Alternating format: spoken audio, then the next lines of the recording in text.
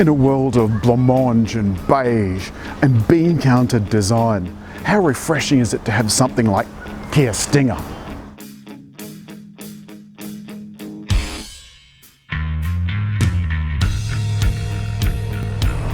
We've talked about Stinger lots before. It is brilliant. Here's some figures for you. $63,990 drive away for this V6 Stinger GT. $67,990 for the special edition carbon model. And where this one has piano black highlights, that one's got carbon fibre highlights.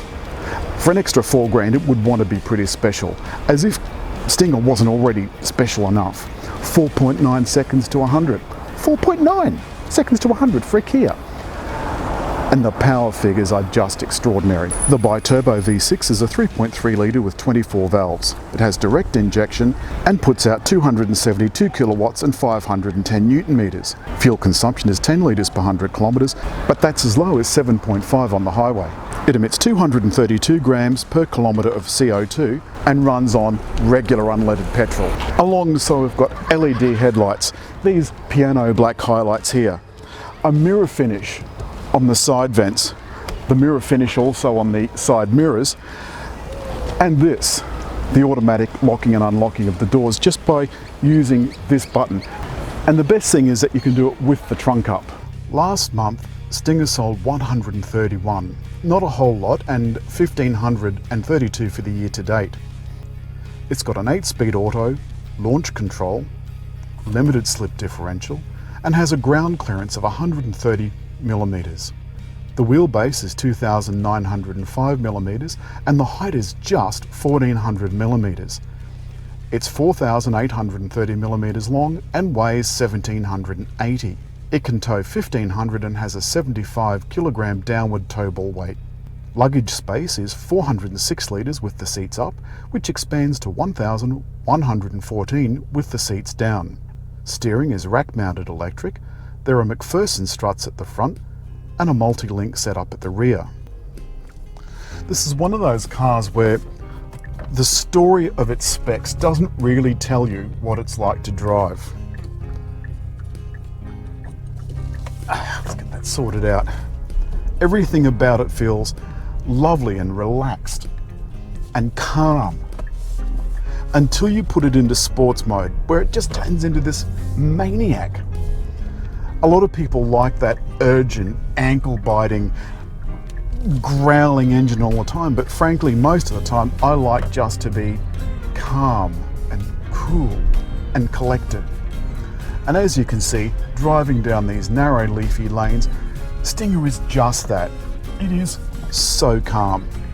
Now, you'll remember that we drove this car at the launch, and we had it on a racetrack. We had the Stinger GT and its 2-litre stablemate.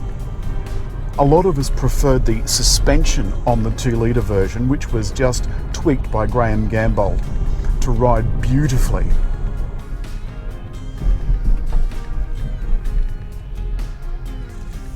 And so it does ride beautifully. And so does this in the various modes, including one that is customizable to just the way you want it.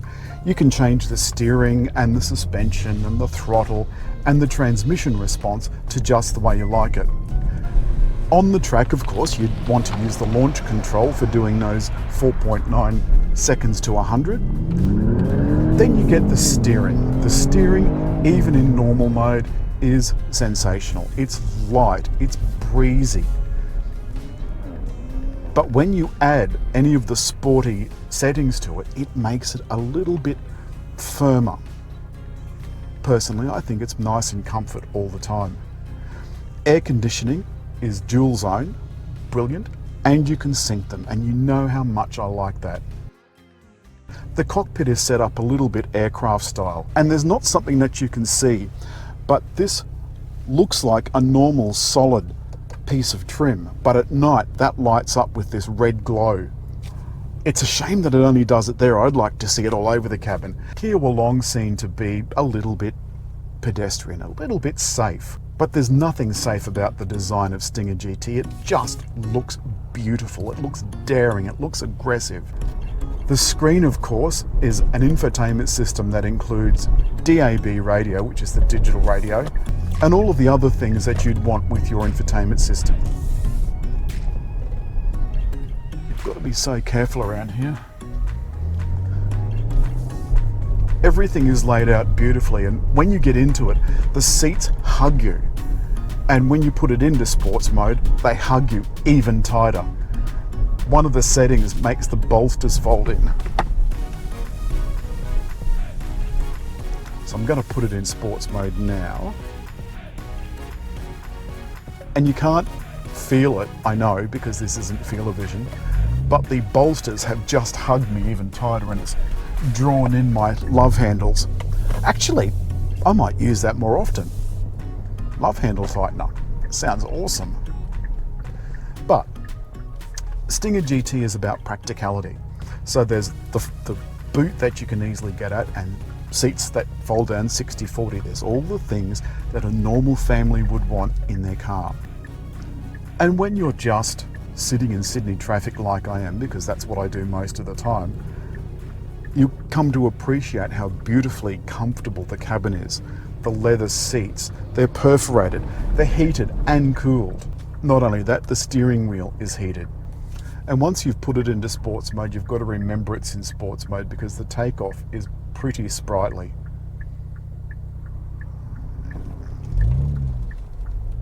Let's see if I can get around here without...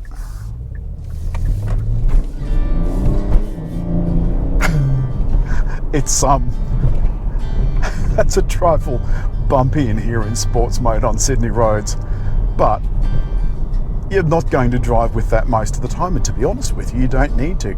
Even in comfort mode, the acceleration is pretty brisk. There we go. So I put it in comfort mode, it's gone back into soft suspension, and the seat has unhugged me.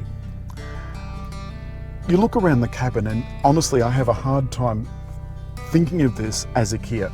There's little drilled covers over the speakers, which looks so classy. And the rest of the cabin also looks classy, though I'm not a fan of this kind of matte, metallized plastic look. Never have been, never will. But of course, what it does do is stop it shining in your eyes. So the more shiny surfaces you have in a car, the more you're going to get sun in the eyes, especially late in the afternoon like it is now. Now that I'm on this quite bumpy road doing the speed limit, the ride is sensational. Put it into sports mode, it's dropped down a gear, the seats hug me, and now the suspension is quite firm. But at the end of the day, there's nothing about Stinger I don't like. I think it's brave of Kia to have released a car into a market that is rapidly shrinking. We did a story on the top 10 cars in Australia last month, and the news is grim. The news is really grim for the Australian retail automotive market. And of the top 10, Kia is the only one to have increased sales. I don't know what that says about a market that's obsessed with SUVs, but I think it says a lot about Kia, that they're safe and reliable and value for money. And that's it for Kia Stinger. This is the GT version. Remember, we did the 2-litre version not so long ago. 4.9 seconds to 100, as I said, and I think this is one of the most attractive executive hatches there is on the market. Let me know what you think in the comments, and as usual, hit just there to subscribe.